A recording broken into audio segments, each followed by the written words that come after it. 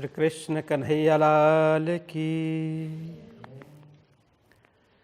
आनंद कंदम प्रभुदेव चंद्रम व्रजेश रूपेण पुरापि जातम् प्रविश्य प्राप्तं प्रियप्राणनाथं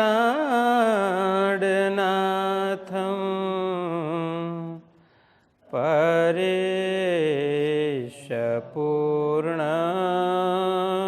सततं नमामि। ब्रह्मा प्रिया जागरणाय जाता सर्वस्वपाता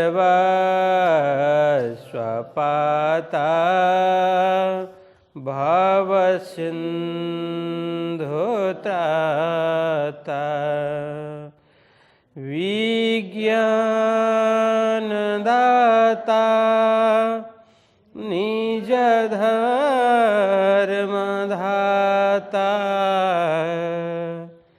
दीनैकबन्धो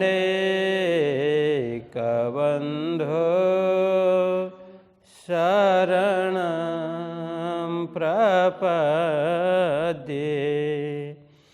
दीनैकबन्धो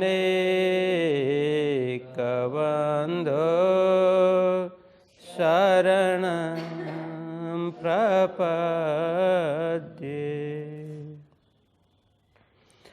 श्री कृष्ण कन्हैया लाल की। श्री सद्गुरु महाराज की। श्री प्राणनाथ प्यारे की। श्री पाँच नवतनपुरी धाम की। जगद्गुरु आचार्य श्री 108 कृष्णवाणी जी महाराज की। समस्त सुंदर साथ की प्रणाम।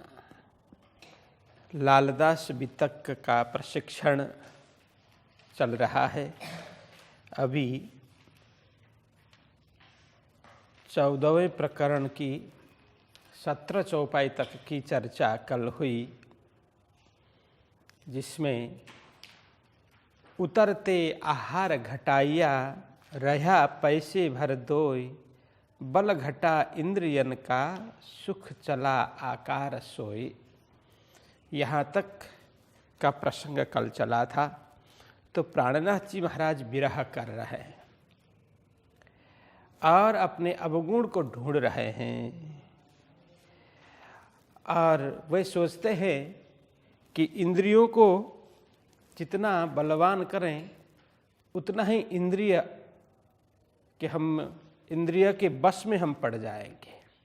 इसलिए वे सोचते हैं कि बिल्कुल इंद्रियों की शक्ति कम कर दे, न्यून कर दे, इंद्रियों का बल घटा दे।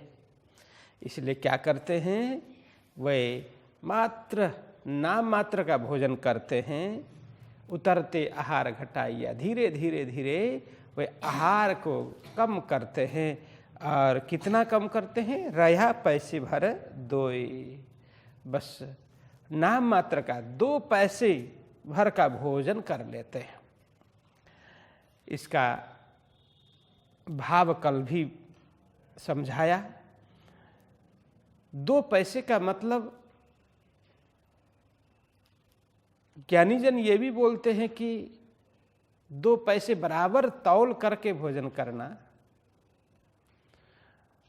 और यह भी इसका भाव होता है कि मात्र 2 पैसे बराबर मतलब नाम मात्र का भोजन करते हैं प्राण टिकाने के लिए। तो इस प्रकार से भोजन करते हुए क्या हुआ कि बल घटा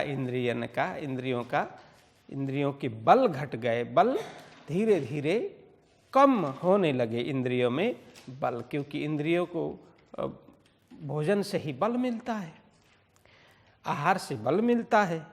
इसलिए इंद्रिय में अब बल घट गया। क्यों घटा? क्योंकि अब शरीर में भोजन ही शरीर को जितना भोजन चाहिए उतना इसको पूर्ति नहीं हो, उतना भोजन नहीं मिले तो स्वतः इंद्रियों के बल तो कम हो ही जाएंगे। तो सुख चला आकार सोए आकार, वो शरीर अब सुख गया, कृष्ण हो गया, दुबला पतला पीला पड़ गया। तो इस प्रकार से कल यहाँ तक चर्चा हुई थी। आगे बढ़ते हैं। अब यहाँ बताते हैं, नैनो नीर झरत है जबलो चर्चा धाम, रंग जर्दी का आइया और न सुझे का। अब प्राणनाथ जी महाराज की दशा कैसी है? एक तो शारीरिक दशा की बात कही, और यहाँ मानसिक स्थिति, उनकी भावात्मक दुनिया की भी बात करते हैं। क्या बोल रहे हैं कि नैनो नीर झरत है जबलो चर्चा धाम।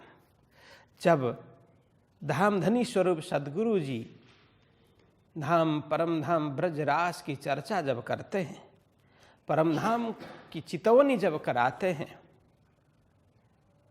तब वो चर्चा सुन सुन करके उनके अंदर इतना प्रेम उमड़ता है, तो उसके कारण क्या होता है, नैनो नीर झरत है। नैनो मतलब आँखों से, नीर मतलब पानी झरते हैं। बस आँखों से अश्रु की धारा बहाते हुए प्रेम में निमग्न होकर,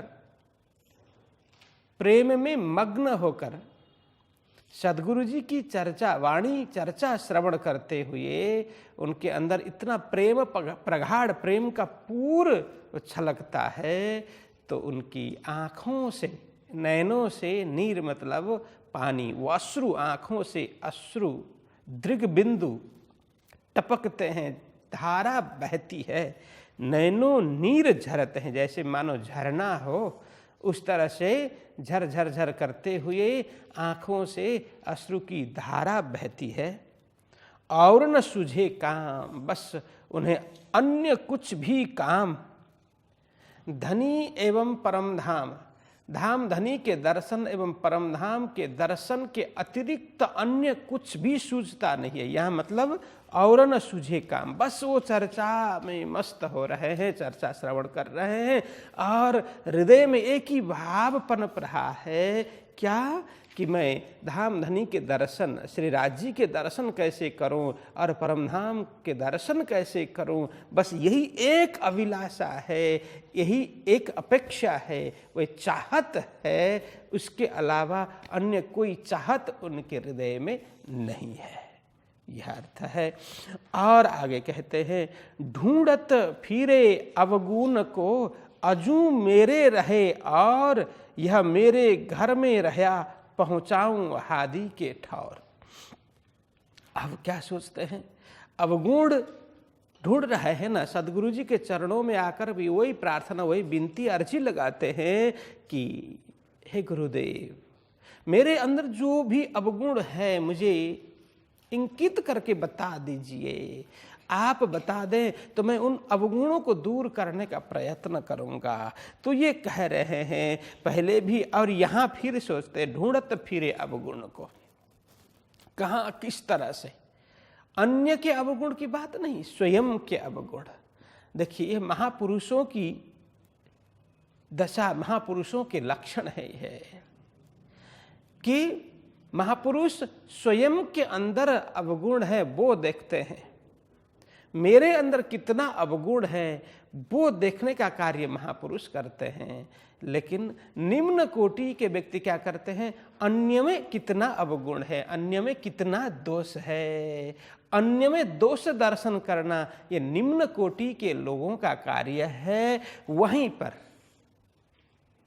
स्वयं में तो अवगुण देखना, अन्य में गुण देखना, यह कार्य किनका है? ऐसा स्वभाव महापुरुषों का होता है, महान लोगों का स्वभाव होता है।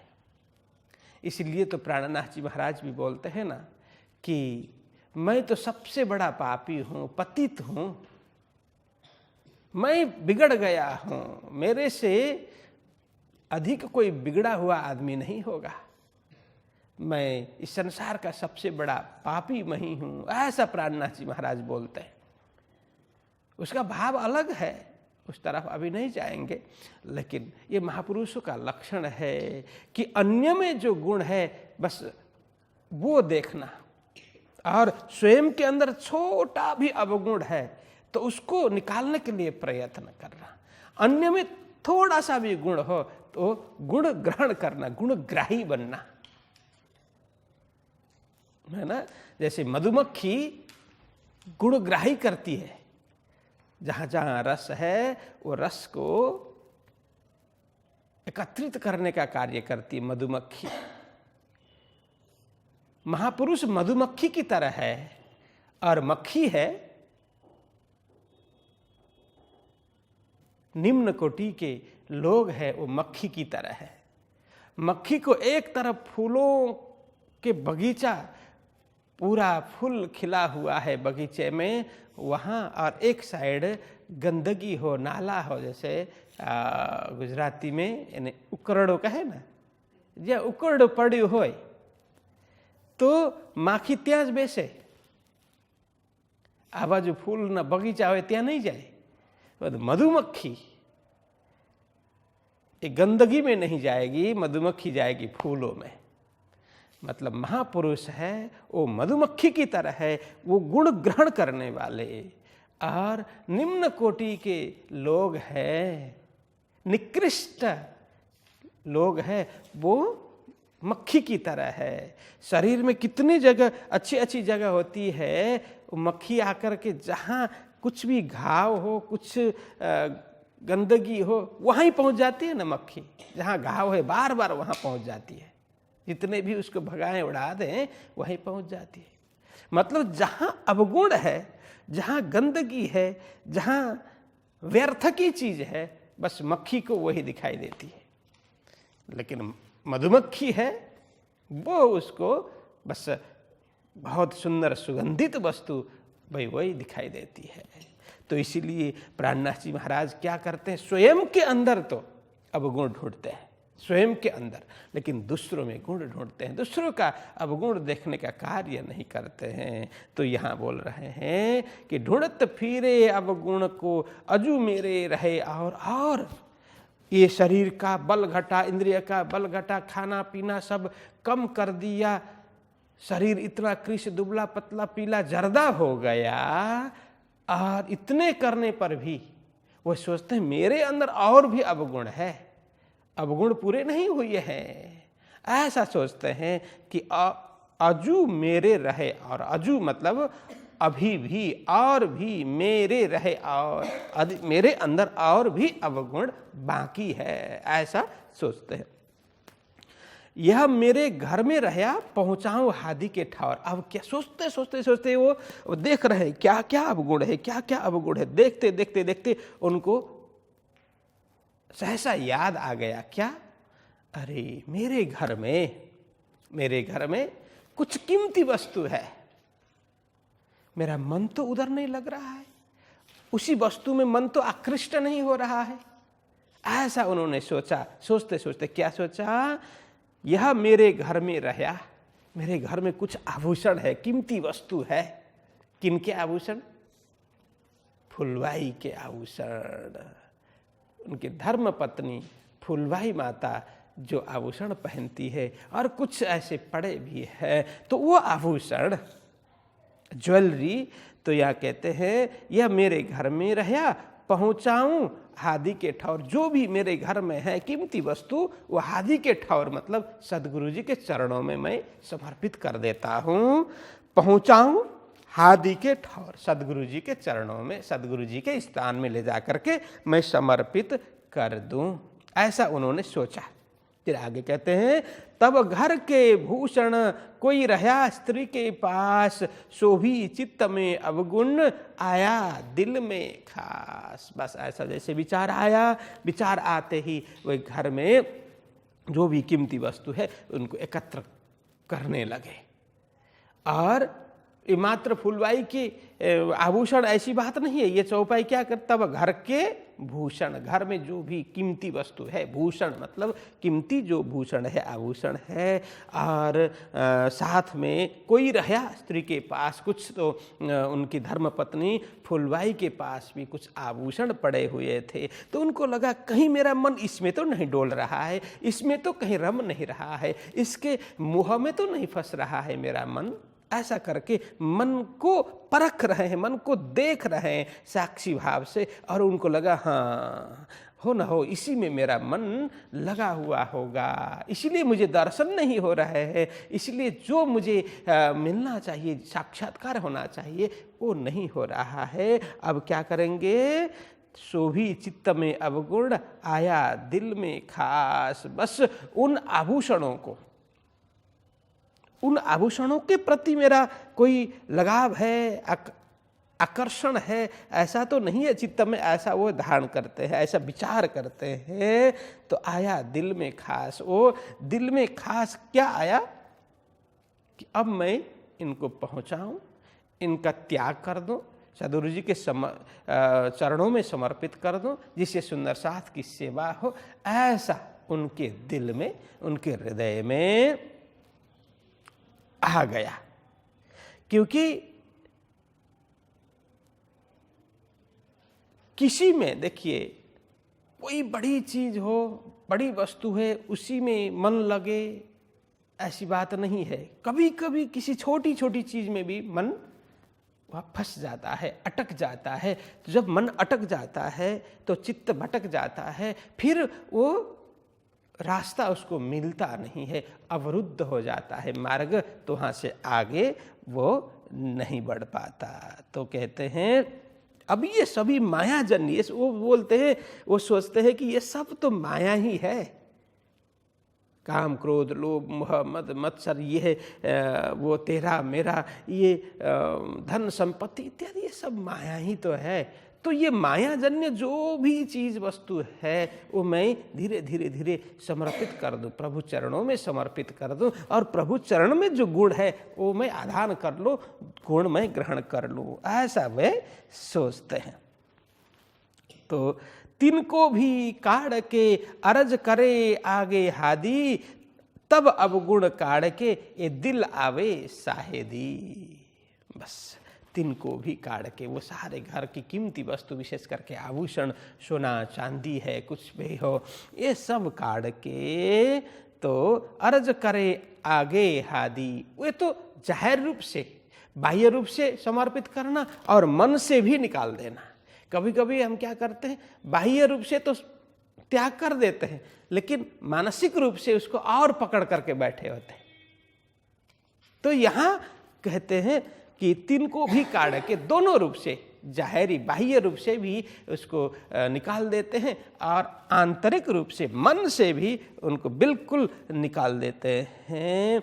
कि ये दिल तिनको भी काढ़ के अर्ज करे आगे हादी, बस आकर के अर्जी करते हैं, प्रार्थना करते हैं। हादी मतलब सदगुरु जी के चरणों में प्रार्थना करते हैं। तब अवगुण काढ़ के ये दिल आवे साहेदी। तो यहाँ वो अर्जी करते हैं कि गुरुदेव, मुझे जहाँ जहाँ पर लगा कि इसमें मेरा मन अटक रहा होगा, इसमें मेरा मन उलझ रहा होगा, इसमें मेरा मन चिपक रहा होगा, ऐसा करके मुझे जहाँ जहाँ लगा, इस वस्तु में मैं ज़्यादा आकर्षित हो रहा हूँ, ऐसा मुझे जहाँ जहाँ लगा, मैं वो त्याग करने का, उसको परित्याग करने का मैंने प्रयत्न किया। और अंतिम में मुझे लगा कि ये आभूषणों में, ये कीमती वस्तुओं में मेरा मन उसमें लग रहा होगा, इसीलिए वहाँ से मन हट नहीं पा रहा है, इसीलिए मुझे साक्षात्कार नहीं हो रहा है। मेरा दिल, मेरा हृदय ऐसी साक्षी दे रहा है, इसीलिए मैंने ये सब यहाँ ला करके सुंदर साथ की सेवा में आपके चरणों में समर्पित कर दी। ये अर्थ है, ये दिल आवे साहेदी, मेरे हृदय में ऐसा आया, इसको समर्पित कर दो, इसका त्याग कर दो, तो ही तुम्हें जो परम आनंद मिलने वाला है उसका मार्ग खुल जाएगा, उसका शुभारंभ हो जाएगा। तुम्हारा मन कहीं ना कहीं इसमें भटक रहा है, कहीं ना कहीं इसमें अटक रहा है, उलझ रहा है। ऐसा मेरे हृदय से ऐसी आवाज़ आई, साक्षी आई। साहेदी मतलब वो इस प्रकार से साक्षी मेरे हृदय ने दी, इसीलिए मैंने यहाँ पर समर्पित कर दिया। तो कहते हैं मेरे आगे मन की मैं देखूं परख, बाजार ही में चलते ये कहूँ चले ले हरख। और क्या करते हैं, मेरे आगे मन की, मेरे आगे मतलब यहाँ किसको बोल रहे हैं मेरे आगे? देखिए मन को देखने की बात हो रही है, तो मेरे आगे मन की, तो मैं मतलब मैं स्वयं आत्मभाव से, मैं स्वयं आत्मभाव से मन को परख रहा हूं, मन को देख रहा हूं। ये कहाँ जाता है, किधर उछल कूद करता है, कहाँ से कहाँ छलांग लगाता है, किस में ज़्यादा आकृष्ट होता है, किधर ज़्यादा दौड़ लगाता है। मैं साक्षी भाव से, आत्मभाव से मन को परखने का कार्य कर रहा हूँ कि मेरे आगे मन की मैं देखूं परख। देखो यहाँ आया ना परख, परीक्षण करना, परीक्षा मैं एग्जाम ले करके देख रहा हूँ, परीक्षा ले करके मैं देख रहा हूँ, परीक्षण कर रहा हूँ मेरे मन को। हाँ, कल से आज कितना शुद्ध हुआ और कितना दौड़ने के लिए कम किया, कितना मन शांत हुआ। किसी वस्तु में आकृष्ट होता था तो आज कितना शांत हुआ, वो मैं देखने का कार्य कर रहा हूँ, परख रहा हूँ, परीक्षण ले रहा हूँ। बाजार ही में चलते ये कहूँ चले ले हरख। अब वो ऐसे मन में सोच करके चलते हैं, चलो मैं देख लेता हूँ। आज घर से निकले तो बाजार होकर के निकले, तो बाजार में कहीं से किसी व्यक्ति में, किसी वस्तु में, किसी खाने की चीज़ हो, किसी पहनने की चीज़ हो, या तो किसी भी चीज़ में मन कितना आकृष्ट होता है वो मैं देख लूँ। तो यहाँ कहते हैं बाजार ही में चलते ये कहूँ चले ले हरख। तो हरख मतलब हर्ष, उत्साह के साथ में वो चल रहे हैं। और दूसरा क्या, मन किसी को देख करके हर्षित हो अच्छी बात है, उत्साहित हो अच्छी बात है, लेकिन वो हर्ष एवं उत्साह आत्म जागृति के लिए सहायक सिद्ध हो, ये जरूरी है। मन हर्षित हो लेकिन आत्म जागृति के लिए बाधक हो, ऐसा हर्ष वो योग्य नहीं है। तो ये मेरा मन किस ओर हर्षित होकर के दौड़ रहा है, किस ओर प्रसन्न होकर के दौड़ रहा है? मायाजन्य चीजों में प्रसन्न हो रहा है या माया से मुक्त होकर के आत्म कल्याण के, जीवन कल्याण के पथ पर चलने के लिए हर्षित हो रहा है? वो साक्षी भाव से देख रहे हैं। ये साधना पद्धति है। ये इस तरह से स्वयं को देखना, अपने मन को देखना, अपनी बुद्धि को देखना, अपने चित्त को देखना, यह महापुरुष इस तरह से हमें साधना बताते हैं कि स्वयं को किस तरह से देखें, स्वयं को किस तरह से देखें। लेकिन स्वयं को देखने से पूर्व स्वयं के मन को देखना, स्वयं की बुद्धि को देखना, स्वयं के चित्त को देखना। देखो यहाँ शब्द जो प्रयोग हम कर रहे हैं, स्वयं मतलब आत्मा, मन है वो आत्मा के लिए सहयोगी है, आत्मा का सहयोगी है। बुद्धि है आत्मा की सहयोगी है, चित्त है आत्मा की सहयोगी। इसीलिए हम बोलते हैं ना, मेरा मन दुखा बोलते हैं। मैं दुखा कभी बोलते हैं? कभी नहीं बोलते। मैं बहुत दुखा आज कोई बोलता है? कोई नहीं बोलेगा। मेरा मन बहुत दुखा बोलते हैं, मेरा मन बहुत पीड़ित है बोलते हैं। मेरी बुद्धि, आज मेरी बुद्धि पता नहीं क्या हो रही है, ऐसा बोलते हैं, है ना। तो मेरा चित्त, मेरा मन, मेरी बुद्धि, मेरा शरीर है। किसी का पैर टूट गया तो वो थोड़ी बोलेगा मैं टूट गया, बोलता है? नहीं बोलता है। मेरा पैर टूट गया बोलेंगे। मेरे हाथ में दर्द है तो बोलेगा मैं दर्द हूं, थोड़ी बोलेगा मेरे हाथ में दर्द है। किसी की उंगली कट गई तो मैं कट गया थोड़ी बोलता है, उंगली मेरी उंगली कट गई। मतलब वो मैं और मेरे में अंतर है। मैं स्वयं और मेरे सारे ये सब उसके सहयोगी है। तो यहां बोलते हैं मैं भाव से, आत्म भाव से, साक्षी भाव से मैं मेरे मन को देख रहा हूँ। बाजार में कहाँ कहाँ दौड़ता है, कहाँ कहाँ घूमता है, कहाँ कहाँ आकृष्ट होता है, कहाँ उसका मोह भंग हो रहा है, और प्रभु कथा सुनते हुए कितना उसको आनंद मिल रहा है, सांसारिक बातें सुनकर के कितना उसको आनंद आ रहा है। यदि सांसारिक बातें, दूसरे की निंदा चुगली आदि सुनते हुए मन को प्रसन्नता मिले तो समझ लेना कि आत्म जागृति के लिए वो बाधक हो रहा है। और किसी की निंदा चुगली सुनकर के उसको प्रसन्नता नहीं हो रही है, लेकिन कथा चर्चा श्रवण करते हुए, प्रभु गुणानुवाद करते हुए, भजन कीर्तन श्रवण करते हुए उसको बड़ा आनंद मिल रहा है, ध्यान जप तपस्या करते हुए आनंद मिल रहा है, तो समझ लेना हम मन शुद्ध हो रहा है और वो परमार्थ, वो परम के पथ पर अब चलने लगा है। धीरे धीरे जब शुद्ध होगा तब उसमें आनंद आने लगेगा। अशुद्ध होगा तो सांसारिक बातें, लोगों की चर्चा करने में उसको रस आएगा। तो यहाँ बोलते हैं मैं देख रहा हूँ। परख ऐसी करें मन की, खीजे बहुत वचन अजहू रही सरीखी, महानरे चांडाल मन्ना। तो यहाँ बोल रहे हैं क्या कि लालदास जी महाराज प्राणनाथ जी महाराज के विषय में बता रहे हैं कि मेरे आगे मन की, हाँ नीचे, परख ऐसी करे मन की, 23 चौपाई, इस तरह से परख करते, परीक्षण करते हैं मन की। तो कैसे?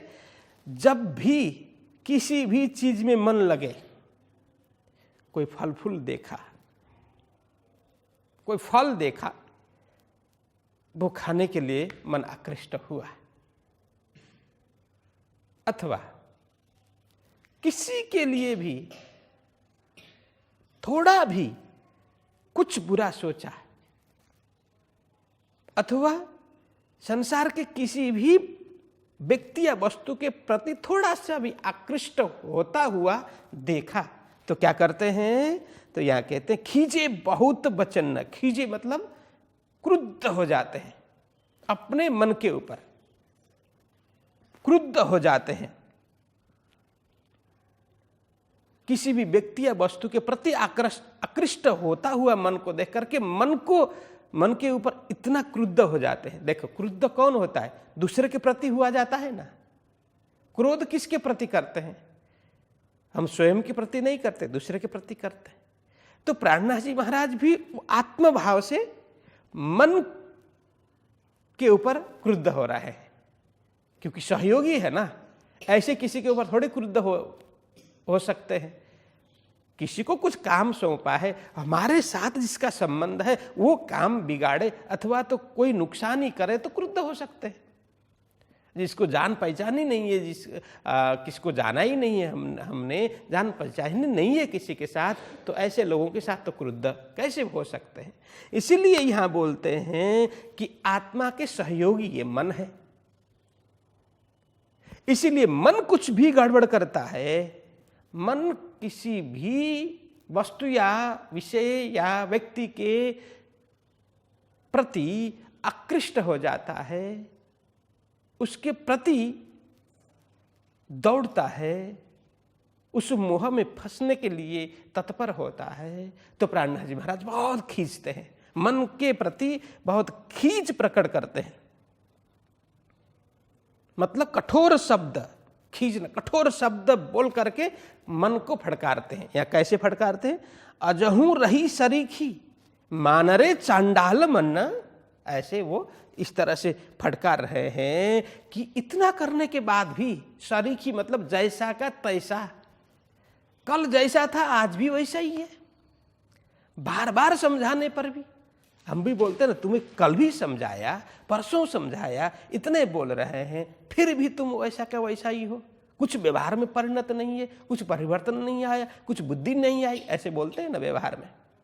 तो इसी तरह से वो अपने मन को समझाते, इतने समय हो गया मैं समझा रहा हूँ, समझाते समझाते इतने दिन हो गए, तुम हो कि वैसे ही हो। जैसे पत्थर में पानी डालते तो अंदर जाता है? नहीं जाता है। तो इसी तरह से तुम्हें भी समझाना मतलब पत्थर में पानी डालने जैसा हो, जैसा ही है, तुम समझते नहीं हो। ऐसा करके खूब वो मान रे चांडाल मन, हे चांडाल मन अब तो मान जा, अब तो सही मार्ग में चल, अब तो परम की मार्ग में, परमार्थ में आगे बढ़। ऐसा करके वो समझाते हैं। क्या? मान रे चांडाल मन, हे चांडाल मन। चांडाल या किसी जाति विषयक बात नहीं है। जो न्यून तरफ, नीचे तरफ ही जो जाता है उसको बुरा ही दिखाई देता है, वो गड्ढे में ही जाना चाहता है। इसीलिए कहा, हे चांडाल मन तो मान तो जा, अब जितना समझाने पर भी वैसा का वैसा ही बना हुआ है। इस तरह से वो समझाते हैं। इन भांत अंग को देत कसौटी जोर, अर्ज करते अंग की चित्त न हुआ मरोर। बस अब इन भांत अंग को, यहां अंग मतलब एक एक अंतकरण को, इस प्रकार से मन को, बुद्धि को, चित्त को, अहम को, सबको, या अंग मतलब शारीरिक बाह्य अंग की बात नहीं कर रहे हैं, कि एक एक अंतकरण को देत कसौटी जोर। जोर मतलब खूब, कसौटी मतलब, कसौटी देखो ऐसे तो व्यवहार में कसौटी, बहुत कसौटी की बोलते हैं ना, लेकिन उसका अर्थ है कसौटी एक पत्थर होता है। कसौटी एक पत्थर होता है जिसमें सोने की परख होती है। सोना शुद्ध है कि नहीं, गोल्ड शुद्ध है कि नहीं, उस पत्थर में घिस करके जो जौहरी है, सुनार, वो उस पत्थर में, एक थोड़ा काला काला सा पत्थर होता है। कभी भी गोल्ड की दुकान में जाकर के बोलना कसौटी दिखाना, वो दिखाएगा। पत्थर होगा तो हम कोई भी कुछ भी गोल्ड लेकर के जाएंगे तो वो उसमें घिसेगा, तुरंत घिस करके तुरंत बता देगा कि ये कितनी प्योरिटी है, कितना मतलब प्योर है। तो ये कसौटी मतलब वो पत्थर में घिसना, क्योंकि गोल्ड घिस करके गोल्ड की शुद्धता उससे पता करते हैं। इसलिए कसौटी में कसना बोलते हैं ना, वही है। उसमें घिस करके उसकी शुद्धता, प्यूरिटी कितनी है, वो पता करने की बात है। तो ऐसे ही किसी भी कार्य में सफल होने के लिए कुछ भी परीक्षा तो बार बार आती है।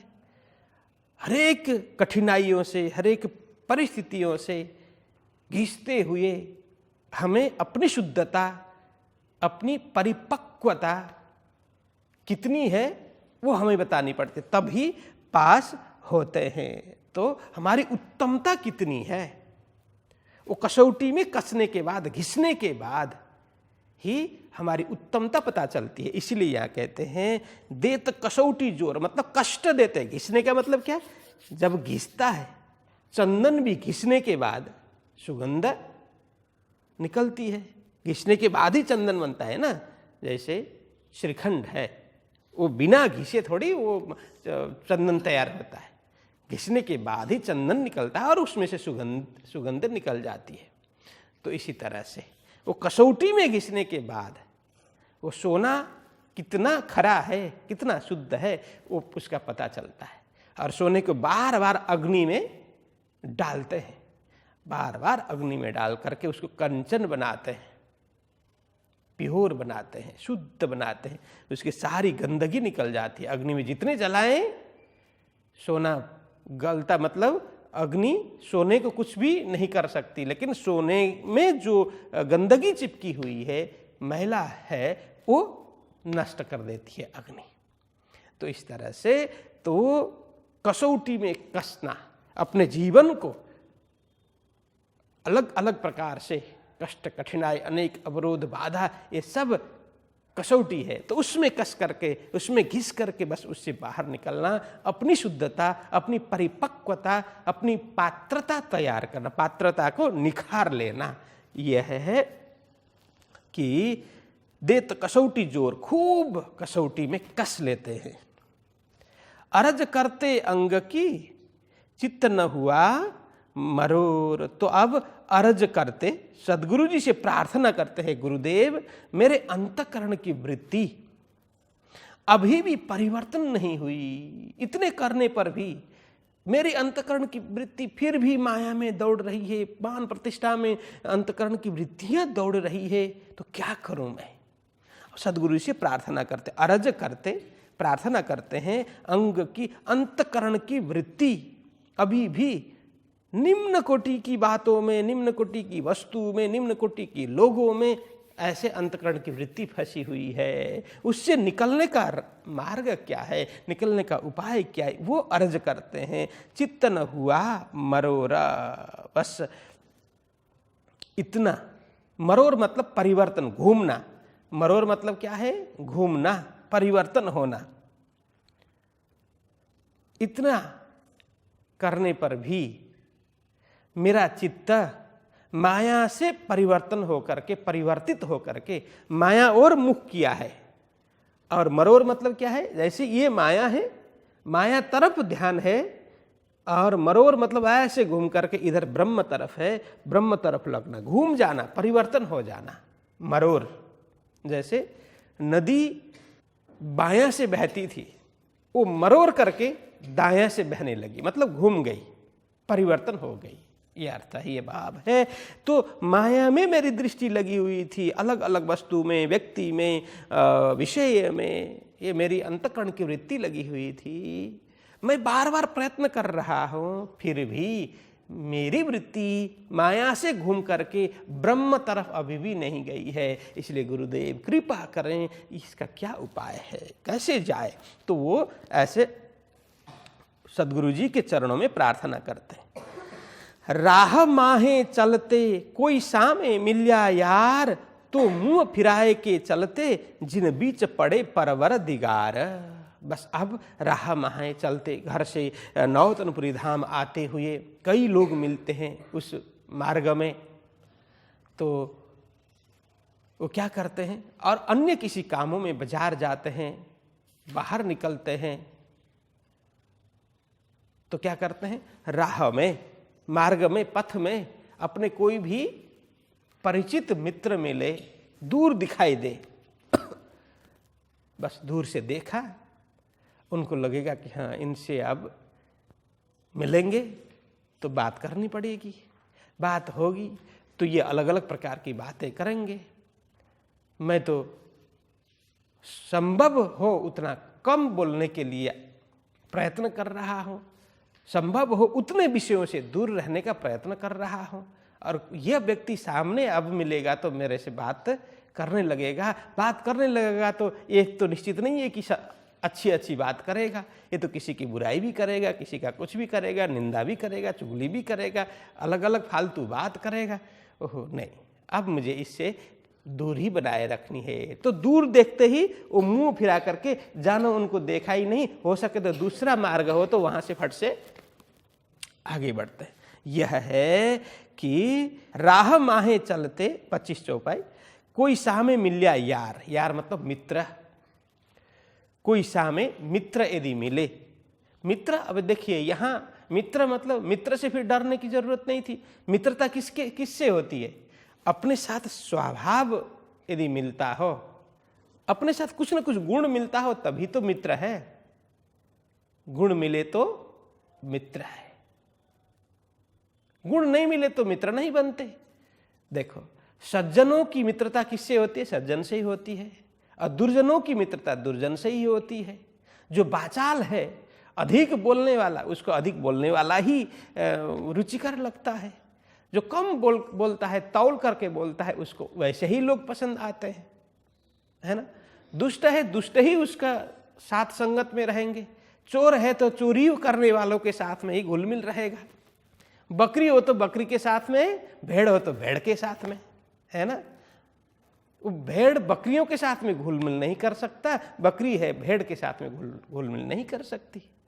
इसीलिए अपने अपने झुंड, अपने अपने जमात वो तैयार कर लेते हैं, है ना।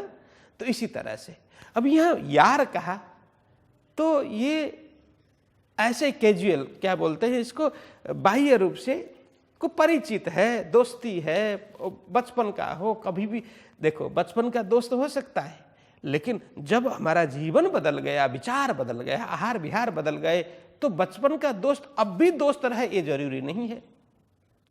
बचपन में खेलकूद करते थे साथ में, लेकिन जो खेलकूद साथ में करते थे, एक का जीवन तो उसी तरह से आहार विहार का कोई पता नहीं है, विचार की कोई ऊंचाई नहीं है, और निम्न कोटि का जीवन जी रहा है, और दूसरे का उच्च कोटि का जीवन हो रहा है। आहार विहार उसका शुद्ध है, विचार शुद्ध है, और कल्याण पथ का पथिक है, तो फिर दोनों दोस्ती नहीं हो सकते। पहले था वो हो गया। तो यहाँ बोलने का मतलब है जो पूर्व परिचित हैं, अब गांव के आसपास के लोग हैं, तो कोई भी मिले तो यह अर्थ है, कोई सामने यदि मिल जाए तो मुंह फिराए के चलते, बस उनसे मुंह चुरा करके, फिराना मतलब आंख चुरा करके, आंख चुरा करके मतलब कि उनसे बातचीत न करना पड़े, बस उनसे थोड़ी दूरी बनाए रखें। बातचीत करेंगे तो कितना समय निकल जाएगा, व्यर्थ में निकल जाएगा, एक दूसरे की निंदा होगी, चुगली होगी, बातें होगी, इससे कोई फायदा नहीं है। इसलिए मैं जल्दी से जल्दी सदगुरु जी के चरणों में पहुंचूं और यहाँ से निकल करके जल्दी घर पहुंचूं, बस अपने ध्यान भजन में मस्त रहो, बस दुनियादारी से मुझे कोई लेन देन नहीं है। इस तरह से मन को समझाते हैं कि तू मुंह फिराए के चलते जिन बीच पड़े परवरदिगार, यहाँ आए ना, इसीलिए मुंह फिराते हैं। क्यों कि जो परवरदिगार परमात्मा के बीच, परमात्मा और मेरे बीच में न पड़े, इसलिए परमात्मा और मेरे बीच में अवरोध न हो, पर्दा रूप न हो, इसीलिए वह उनसे आंख चुरा करके, मुंह फिरा करके निकल जाते हैं। इस तरह से वो अपने जीवन को साध रहे हैं। तो यहाँ कहते हैं तब श्रीधाम मुँह आगे फिरवल्या है गिरद, अपना आपा देखिया किया आकार को रद्द। तो बोलते हैं तब श्रीधाम मुँह आगे, यहाँ बोलते हैं तब श्रीधाम मतलब परम धाम, मुँह आगे मतलब वो क्या करते हैं कि धीरे धीरे धीरे धीरे अब इस प्रकार से कसौटी में कसने के बाद, साधना में इस तरह से लगने के बाद, अपने मन को कठोर रूप से अनुशासित करने के बाद, अब धीरे धीरे श्रीधाम वो परम धाम उनके अंतकरण में, उनके हृदय में अब धीरे धीरे धीरे वो झलक उनको मिलने लग गई, कुछ न कुछ उनको आभास मिलने लग गई। तब श्रीधाम मुँह आगे, यह मुँह का मतलब केवल बाह्य मुंह नहीं, उनके समक्ष। मुंह कहने का मतलब कभी कभी हम बोलते हैं ना, वो तो मेरे मुख के सामने ही है, बोलते हैं। तो मुख के सामने मतलब यहाँ ऐसी बात नहीं है, वो सामने है, नजरों के सामने मैं देख रहा हूं। इस तरह से अब उनके समक्ष, उनके आंखों के वो अंतर्दृष्टि के समक्ष वो परम धाम अब देखने लग गए, थोड़ा थोड़ा उनको झलक मिलने लग गया। फिर वल्या है गिरद्दा, फिर वल्या मतलब परिभ्रमण करना, गिरद चारों तरफ, गिरद बतले हैं चारों तरफ, फिर वल्या मतलब घूमना, परिभ्रमण करना। अब धीरे धीरे इतने कसौटी में कसने के बाद उनकी आत्मा को अब धीरे धीरे धीरे कुछ न कुछ संकेत, कुछ निशान, कुछ झलक परम धाम की प्राप्त होने लग गई। अब जब जहाँ प्राप्त, जो दर्शन हुए, जो साक्षात्कार हुआ, जो जितना कुछ देखा, बस उसी में परिभ्रमण करने लग गए, उसी में रमण करने लगे। फिर वल्या मतलब उनकी बुद्धि, उनका चित्त, उनका मन, उनकी सब कुछ अब इधर से माया से हट करके, घूम करके अब ब्रह्म की तरफ, ब्रह्म धाम की तरफ पहुंच गई। मतलब फिर वल्या है गिरद्द, अब वहाँ बार बार वहाँ पर प्रदक्षिणा, बार बार घूमना, उसी में रमण करना, बस करने लगे। गिरद्द में चारों तरफ, गिरद्द मतलब घेरा, चारों तरफ वो घेरा करते हुए, परिक्रमा करते हुए घूमने लगे, परिक्रमा करने लगे, परिभ्रमण करने लगे, ये अर्थ है। अपना आपा देखिया किया आकार को रद्द, बस अपना आपा देखिया, स्वयं की आत्मा अब अनुभव होने लगी। अपने आप अभी तो अपने आप के दर्शन होने लगे। अभी तो हमें क्या है, मात्र शरीर का दर्शन है, शरीर ही दिख रहा है, शरीर के अंदर थोड़ा थोड़ा मन है, ऐसा कुछ आभास होता है, उसके अंदर तो कुछ भी नहीं है, हमें दर्शन ही नहीं होते, क्योंकि हम उस साधना की गहराई में, साधना की ऊंचाई में हम न गहराई में गए हैं न ऊंचाई में चढ़े हैं, इसीलिए हमें दर्शन नहीं होते। लेकिन प्राणनाथ जी महाराज साधना की ऊंचाई में जा रहे हैं, मन को साध रहे हैं, मन को कठोर अनुशासित कर रहे हैं। इसलिए अब क्या हो रहा है, अपने आपा देखिया, अब स्वयं को देखने लग गए, स्वयं को जानने लग गए, किया आकार को रद्द। अब उन्होंने क्या किया, जब आत्मज्ञान होने लगा, आत्मा के दर्शन होने लगे, आत्मा आभास होने लगी, तब आकार को रद्द, इस शरीर को रद्द किया, मतलब बिल्कुल छोड़ दिया ऐसी बात नहीं है, बस उसको बहुत तवज्जो नहीं दिया, मतलब बहुत अधिक महत्व नहीं देना। यहाँ रद्द कर देना मतलब ये शरीर तो व्यर्थ ही है अब, क्योंकि आत्मज्ञान हो गया, आत्मदर्शन हो गया, तो सोचते हैं बस अब मुझे परमात्मा उठा ले तो कोई बात नहीं, क्योंकि ये साधन से जहाँ पहुँचना था अब मैं पहुँच गया, और इसका और कुछ मुझे आवश्यकता नहीं है। इस तरह से व्यर्थ समझ करके इस शरीर को निरस्त कर देना, त्याज्य समझ करके इसको महत्व नहीं देना, ऐसा आकार को उन्होंने इस तरह से रद्द कर दिया। अब ये सब हो रहा है, शरीर को रद्द किया मतलब बिल्कुल अब शरीर के प्रति उनका मोह ही नहीं है, शरीर के प्रति उदासीन हो गए हैं, क्योंकि आत्मा का आभास हो गया ना, आत्मदर्शन होने लगा, तब जाकर के वो शरीर को बिल्कुल ही त्याज्य समझ बैठे। अब शरीर का कोई काम नहीं है, तो व्यर्थ ही है, ऐसा जब उन्होंने सोचा, शरीर बिल्कुल कमजोर हो गया, मानो अभी छूटे तब छूटे, ऐसा शरीर, मतलब शरीर का कोई वो विश्वास ही नहीं है कि अब शरीर कितना टिकेगा। इस प्रकार का शरीर उन्होंने बना लिया, क्योंकि आहार देते नहीं है, खान पान बिल्कुल नहीं है शरीर के लिए, बस धाम धनी की चर्चा, सदगुरु जी की चरण में आकर के सेवा करना आदि, किसी से मिलना नहीं, किसी से बातचीत नहीं करना है, साधना में रत रहना, सुबह से शाम तक अन्य कोई बात नहीं, शरीर के लिए कोई भोजन नहीं, बस प्राण रहे इतने के लिए कर रहे हैं। तो शरीर ऐसा देख करके, ऐसी स्थिति देख करके अब तब बालबाई आए के कहा आगे श्री देवचंद्र जी, श्री महाराज के आकार की अरज आए करी। तब बालबाई जी को ध्यान आया। सर देखिए, यहाँ सदगुरु जी को ध्यान नहीं आया था ऐसी बात नहीं है, सदगुरु जी भी देख रहे थे, हाँ कितना ये साधना करेगा, कितने ये साधना की ऊंचाई चढ़ेगा, देखते हैं इनको धनी के दर्शन की प्यास कितनी है, ललक कितनी है, अभिलाषा कितनी है, वो भी तो देख रहे थे ना। सदगुरु जी को ज्ञान नहीं था ऐसी बात नहीं है, सब जानते थे। फिर भी यहाँ तब बालबाई आए कि एक दिन बालबाई कौन होती है, गांगजी भाई की बहन, मतलब वो जागरूक सुंदर साथ में थी, मतलब उसमें थोड़ा ऐसा था कि कुछ भी आगेवानी लेने की कुछ खूबी थी, तो ऐसे आगे होकर के कोई भी काम करना, कोई बात करना, ऐसा स्वभाव बालबाई का था। तो फिर यहाँ तब बालबाई आए के कहा आगे देवचंद्र जी सदगुरु जी के आगे उनकी हकीकत, जो प्राणनाथ जी महाराज के शरीर के विषय में जो कृष्ण हो रहा है, दुबला पतला बिल्कुल ही अस्वस्थ दिखाई दे रहा है शरीर, उसके विषय में बात करते हैं। कहा आगे देवचंद्र जी, श्री महाराज के आकार की अरज आए करी, महाराज के आकार की, इस शरीर आकार मतलब शरीर की जो दशा हो रही है, शरीर की स्थिति के विषय में अवगत कराती है, जानकारी सदगुरु जी को देती है। अरज आए करी गुरुदेव, यहाँ कहने का मतलब है, अब यहाँ क्या अरज क्या करती है, आकार के प्रति, आकार की स्थिति के बारे में जानकारी देते हुए कहती है क्या, एक भाई पहले चला अब यह हुआ तैयार, तुम क्यों न कहते हो डर नहीं लगत लगार।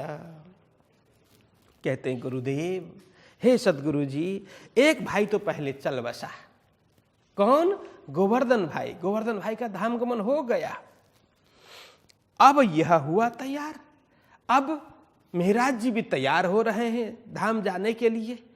अब शरीर कब ये छोड़ने वाले पता ही नहीं है।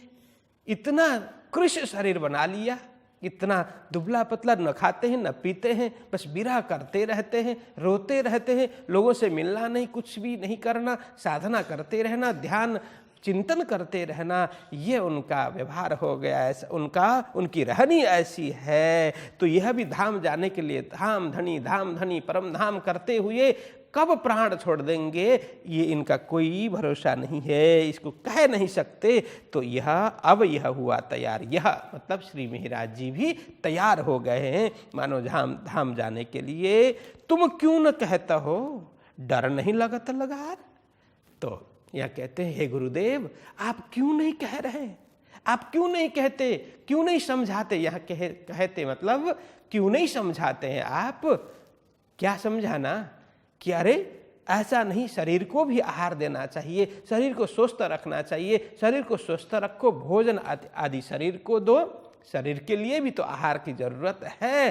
तो साधन भी आवश्यक है, साध्य तक पहुंचने के लिए ये साधन, ये गाड़ी है शरीर, इसको स्वस्थ रखना उतना ही जरूरी है। तो आप क्यों ऐसा कर रहे हैं, उनको क्यों नहीं समझा रहे हैं। तो ये कहते हैं तुम क्यों न कहता हो। बस यह ऐसा कार्य, शरीर को इस प्रकार से कष्ट कठिनाई में डालना, कष्ट देना, कसौटी में कसना ठीक नहीं है करके आप क्यों नहीं समझाते। डर नहीं लगता लगार। लगार मतलब थोड़ा भी, किंचित मात्र भी, रंचक मात्र भी, अल्प मात्र भी लगार। इसका अर्थ है कि थोड़ा भी आपको डर नहीं लग रहा है, कहीं महाराज शरीर छोड़ देंगे तो आगे का कार्य तो आप बोल रहे हैं ना कि सभी कार्य तो महाराज जी के द्वारा होना है, जागरणी का कार्य इनसे ही होना है करके आप बोल रहे हैं। ये है कि शरीर छोड़ने के लिए तैयार हो गए और आप क्यों उनको नहीं समझा रहे हैं। आपको डर नहीं है, ये शरीर छोड़ देगा तो क्या होगा करके आप डरते नहीं है, जरा भी भय नहीं है। ये कहने का मतलब डर नहीं लगता लगार, आपको डर नहीं लगता। ये जब बालबाई ने कहा तब श्री देवचंद्र जी ने सवाल किया, महाराज क्या है तेरे दिल में, सो मुझे कहो आज। अब ये बालबाई के कहने पर अब सदगुरु जी को लगा कि ठीक है, मैं तो देख ही रहा था, अब सुंदर साथ का ध्यान भी इनमें गया, मुझे अवश्य में वह समझाना पड़ेगा। हो ना हो ये कब शरीर ऐसे ही छोड़ देंगे तो फिर यह अच्छी बात नहीं होगी। इसीलिए कहते तब श्री देवचंद्र जी ने सवाल किया महाराज। तो प्राणनाथ जी को बुला करके सवाल किया, प्रश्न किया, क्या है तेरे दिल में। है महाराज आपके दिल में, आपके हृदय में क्या चीज चल रही है, क्या भाव है। यहाँ कहने का मतलब क्या है तेरे, आपके दिल में, आपके हृदय में क्या भाव है, आप मुझे बताओ। सो मुझे कहो आज मुझे बताना पड़ेगा। मैंने पहले बताया कि आपके अंदर अवगुण नहीं है, आप शुद्ध आत्मा हो, निर्मल आत्मा हो, इंद्रावती की आत्मा हो, धाम से यहाँ आई हो, सारी बात मैंने बताई, फिर भी मेरी बात नहीं मान रहे हो। तो ये सब विरह करने का, शरीर को कष्ट देने का, शरीर को कसौटी पर उतारने का और शरीर को इतना क्रीस बनाने का क्या मतलब है, क्या कारण है। आपके हृदय में जो भाव है वो मुझे आज बता दो। सो मुझे कहो आज मुझे बताना पड़ेगा। तो ऐसा है। अब प्राणनाथ जी महाराज क्या बोलते हैं सदगुरु जी के साथ में, वो चर्चा हम कल के लिए रखेंगे। आज यहीं सदगुरु जी पूछते हैं कि क्या है तेरे दिल में, सो मुझे कहो आज। तो प्राणनाथ जी के विरह की दशा को देख करके, शारीरिक स्थिति को देख करके, मानसिक स्थिति को देख करके वो पूछते हैं तुम्हारे हृदय में क्या भाव है, वो जरा मुझे बताओ, आज स्पष्ट करो, स्पष्टीकरण दो। ऐसा करके प्राणनाथ जी को पूछते हैं और प्राणनाथ जी अब कल क्या बताएंगे आगे सदगुरु जी के सामने, किस तरह से चर्चा करेंगे, क्या प्रसंग होगा, हम कल इसको श्रवण करेंगे। बोलो कृष्ण कन्हैया लाल की। तब श्री देवचंद्र जी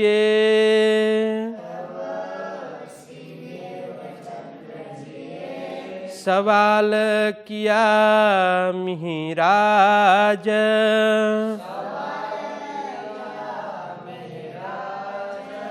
क्या है तेरे दिल में, सो मुझे कहो आज,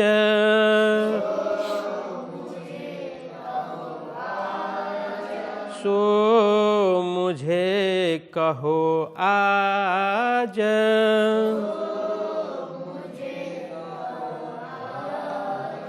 बोलिए कृष्ण कन्हैया लाल की, श्री सद्गुरु महाराज की, श्री प्राणनाथ प्यारे की। प्रणाम।